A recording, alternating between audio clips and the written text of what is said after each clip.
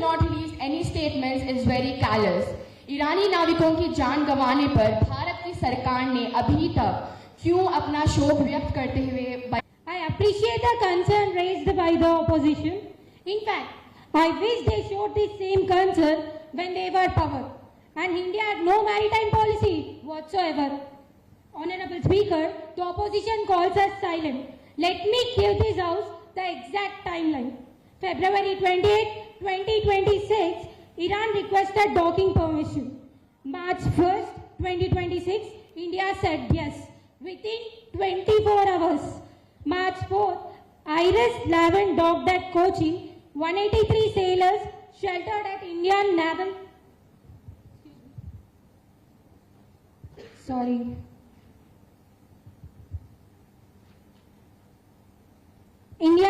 facilities. March 9, I personally addressed both the houses of parliament. हम वो देश है जो पहले काम करते हैं बाद में बात, और यही हमारा चुप्पी का राज है. And Iran's own foreign minister publicly thanked India. जब ईरान ने खुद शुक्रिया अदा किया तो ऑपोजिशन का ये सवाल सिर्फ पॉलिटिकल ड्रामा के लिए है क्या? The opposition questions India's sovereignty before powerful nations. This is the same India that took its own decision at the UN, not because anyone told us to, but because we decided what is right for India. Both sides of this conflict came to India for help because they know when the world is on fire, India is the only one with water. And yet, the opposition stands here questioning our relevance. Honorable Speaker, irony भी इतनी blind नहीं होनी चाहिए. जब दोनों दुश्मन आपके पास मदद मांगने आए तो अब कमजोरी नहीं, अब जरूरी है. That is New India, sovereign, strategic, unstoppable. जय Hind. Honorable Alka Lamba, you may please ask your question to the Honorable Minister of Women and Child Development. Honorable Speaker, through you, I would like to ask the Honorable Minister for Women and Child Development. Over the years, the government has announced several welfare schemes and initiatives aimed at improving the lives of women, ranging from financial assistance and skill development programs to support systems for health and safety. However, it is often been observed that many women, particularly in rural and economically weaker sections of society, face significant challenges in accessing these benefits. Lack of awareness, bureaucratic hurdles, and gaps in implementation frequently prevent these schemes from reaching the very women they are intended to support. As the saying goes, a promise made is a debt unpaid. In this context, I would like to ask the Honorable Minister what specific mechanism, monitors and accountability measures has the government established to ensure these welfare schemes more beyond policy documents and effectively reach every deserving woman at the grassroots levels of India. Honorable Speaker, the member provided a quote. A promise made is a debt unpaid. Honorable member, we are not here with promises today. We are here with passbooks. But let me first address something to the House. The member says schemes are not reaching rural women, lack of awareness, bureaucratic hurdles and implementation gaps. Honorable member, which year's data are you referring to? This is India in 2025. This is not the India of 2004. And this is not a slogan, it is a system. Honorable Speaker, let the numbers speak for themselves. Direct benefit transfer 2014, 38 lakh crore transferred directly into the beneficiary's account. No collector, no middleman, no complete. Please come back on Friday. Because bureaucracy cannot intercept what arrives before it wakes up. PM Mantri Vandana Yojana, 3 crore mothers receive direct cash support for maternal nutrition. Not a ration, not a coupon, and cash in hand, in account. Ujjwal Yojana, 10 crore women LPG connections to BPL women. A woman cooking on firewood in 2005 is not a welfare gap. It is the failure of previous government that we considered, cylinder by cylinder. Now, Honorable Member, I want to address your concern about monitoring because announcing a scheme and delivering it is two different disciplines. Poshan Tracker, 7 lakh Anganwadi centers monitored in real time. Every child waited, every pregnant woman tracked. District collectors have live dashboards, not quarterly, not annual reviews, live daily accountability. 8.7 crore women in self-help groups under Dane Island. There are not women waiting for government help. These are the women, the particular women that became help. The member speaks of grassroots as if it is still 2010, when a rupee left in Delhi has become 50 paisa before it reached the state border. That system is gone. What it replaced? Jan, Dhan, Aadhaar, Mobile, the jam trinity. The three things that make together leakage structurally impossible.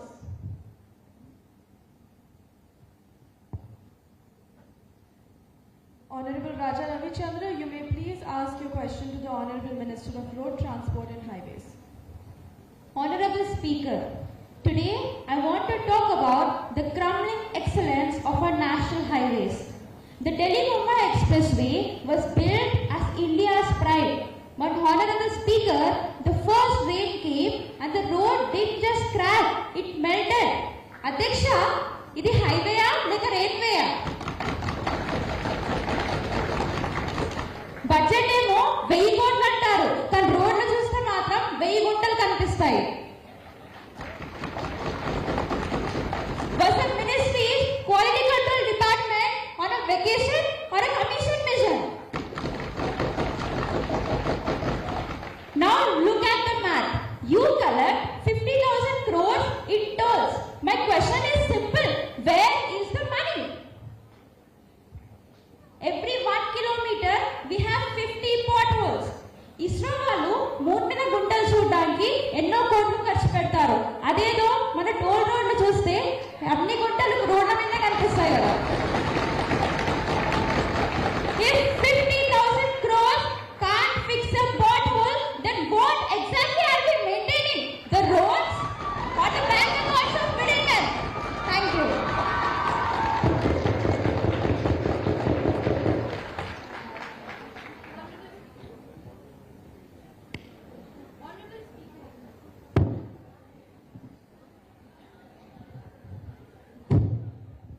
Honorable Speaker, I thank the respected member for raising this concern. First, let me clarify that the contracts for national highway projects, including the Delhi-Mumbai Expressway, are not granted arbitrarily or as favors. They are awarded through transparent e-tendering processes conducted by the National Highway Authority of India, undergoes supervision of the Ministry of Road Transport and Highways. Every bidder undergoes strict technical and financial evaluation before a contract is finalized. Regarding the concerns about cracks after rainfall, I would like to assure the House that quality monitoring is continuous and multi-layered. Independent engineers, third-party auditors, and advanced technologies such as satellite monitoring are ensuring construction standards. On this question of toll collection, the Honourable Member mentioned a figure of 50,000 crore. Toll revenue is not profit for the government. It is reinvested into building, expanding and maintaining India's highway network, as well as repaying loans for the large infrastructure projects under initiatives such as Bharat Mala Pariyojana. In fact, this ministry, India has witnessed the highest highway expansion in its history, with national highway construction increasing from 12 km per day in 2014 to more than 30 km per day in recent years. This reflects the government's commitment to creating world-class infrastructure. Therefore, instead of questioning the integrity of the system, we must recognize that India's highway infrastructure is undergoing a massive transformation, and the ministry remains fully committed to transparency, accountability, and quality in every project. Thank you. Honorable Pariniti Sushil, you may please ask your question to the Honorable Home Minister. Good morning, Honorable Speaker and the esteemed member of National Youth Parliament. Cybercrime is increasing rapidly in the digital era. According to NCRB data, more than 56,000 cybercrime cases have been reported in recent years, including online fraud and digital payment scams. Sir, जब देश digital हो रहा है तो citizens की digital safety भी उतनी ही important है। अगर लोगों का पैसा और उनकी जानकारी सुरक्षित नहीं है तो फिर जिम्मेदारी किसकी है? Therefore, my question to Honorable Home Minister is, if cybercrime cases are increasing every year, why has government not been able to control this digital fraud effectively? Thank you. Honorable Speaker, I thank the honorable member for raising the issue of cybercrime. But the member of parliament, our government has established the Cybercrime Coordination Center I4C and the National Cybercrime Reporting Portal and 1930 Cyber Helpline that ensures that victims of financial fraud can quickly report incidents and prevent further losses. Police forces across the country are being trained in cyber forensics and digital investigation so that criminals hiding behind screens cannot escape the law. But what surprising me is the attitude of the opposition कि जब देश digital revolution की तरफ बढ़ रहा है तब विपक्ष का काम सिर्फ डर फैलाना और सरकार पर आरोप लगाना रह गया है। 4 decades when they were in power, they were policy paralysis, corruption and weak governance. Today when India is becoming a digital powerhouse, they suddenly claim to be concerned about cyber security. So let me remind them, जब आप सरकार में थे तो घोटालों की headlines आती थी और आज जब हम सरकार में हैं तो डिजिटल प्रोग्रेस की हेडलाइंस आती है और टेक्नोलॉजी के पीछे छुपने वाले अपराधी याद रखें, भारत की कानून व्यवस्था उन्हें ढूंढ कर कानून के कटघरे तक जरूर लेकर आएगी। धन्यवाद। Honorable Damodar Rao, you may please ask your question to the Honorable Prime Minister.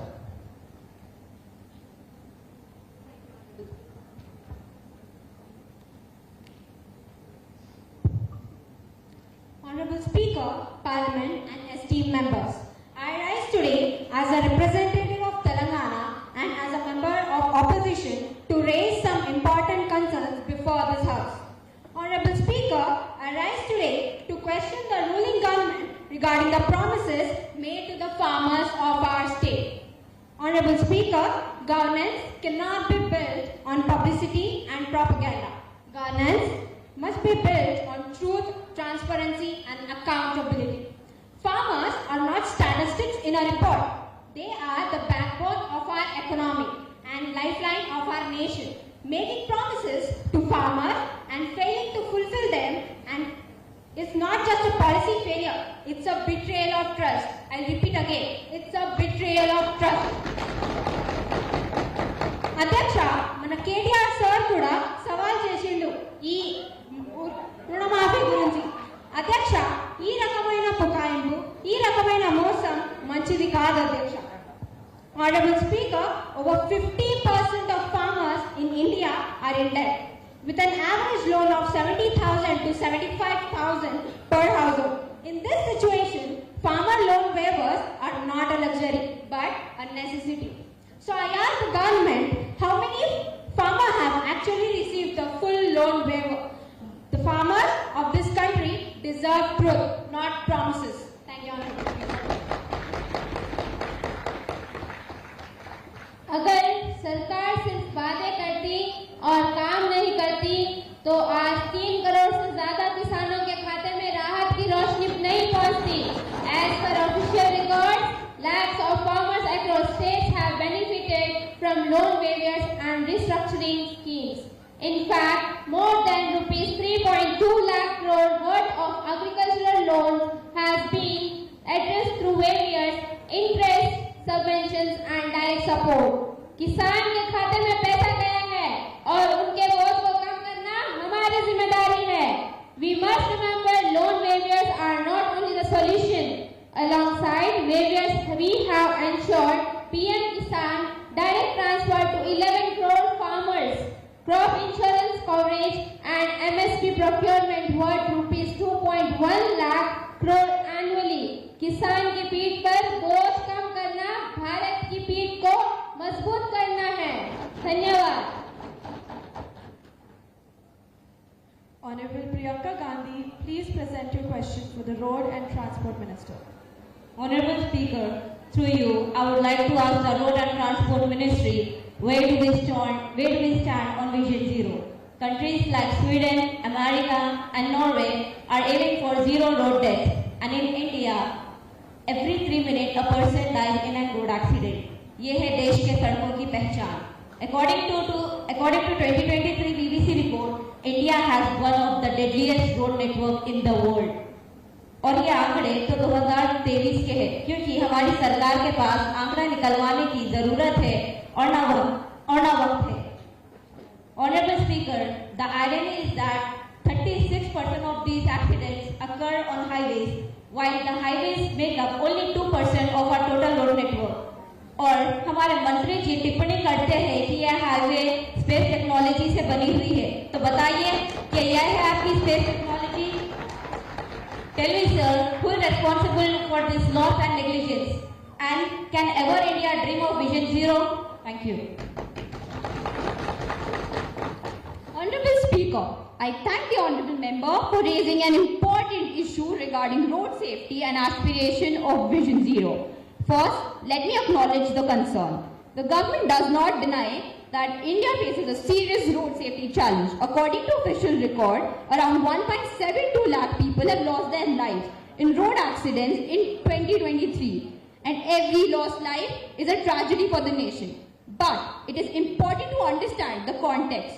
India is one of the largest road networks in the world, and over 300 million registered vehicles, with traffic increasing rapidly every year.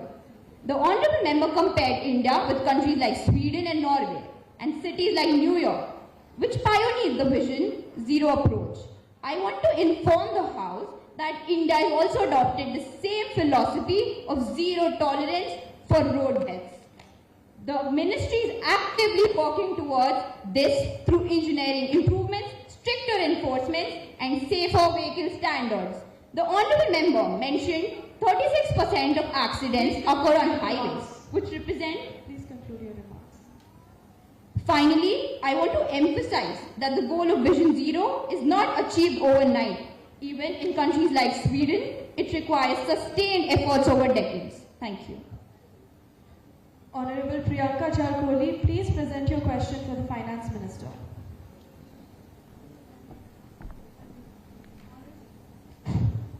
Honorable Speaker and the esteemed member of the Youth Parliament, through you I rise to raise a serious question before the Honorable Finance Minister regarding the growing concern of the economic inequality of our country. According to the Oxfam International, the richest 1% of Indians own more than 40% of the country's wealth, while the bottom 50% survives on the rest 3% wealth. Yet we constantly hear claims of India being one of the fastest growing economies of the world. If the economy is truly blooming, why are millions still struggling for basic education, healthcare and employment? ऐसा विकास किस नाम का जो देश को पीछे छोड़ दे? So I ask the Honorable Finance Minister, is this government genuinely committed to reducing inequality, or economic growth is becoming a success story only for the privileged few?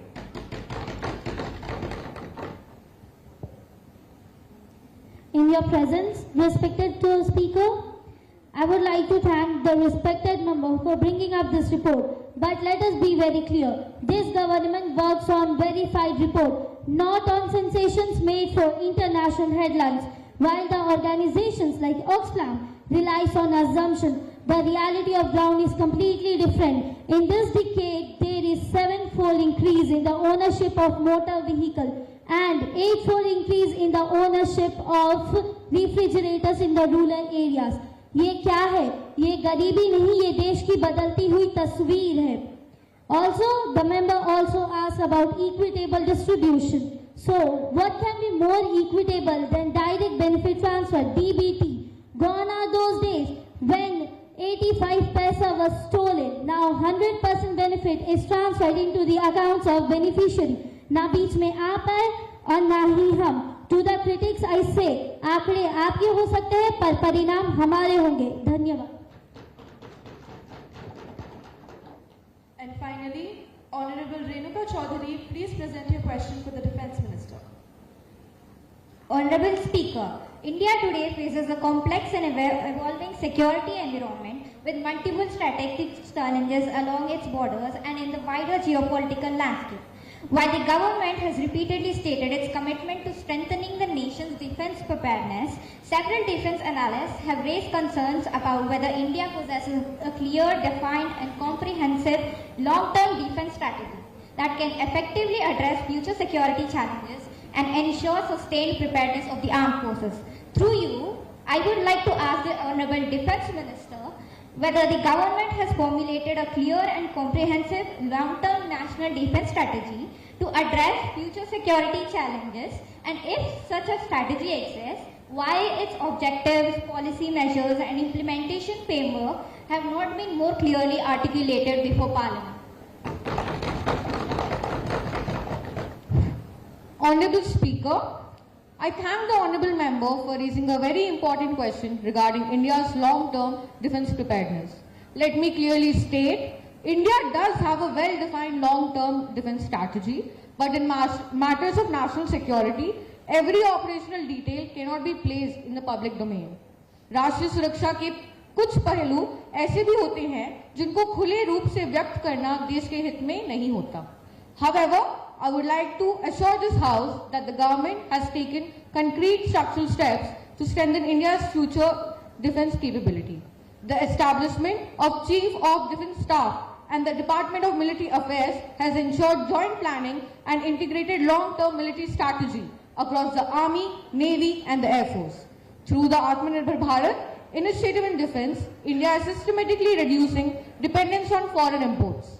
Theatre command reforms are being implemented to ensure faster coordination and modern joint warfare capability. Simultaneously, India is investing heavily in cyber warfare, space security, artificial intelligence and modern surveillance systems which are critical for the wars of the future. Honourable Speaker, defence strategy is not merely about documents placed before Parliament, it is about capability, preparedness and deterrence on the ground. Thank you. The House is now adjourned to meet at 11 a.m. tomorrow.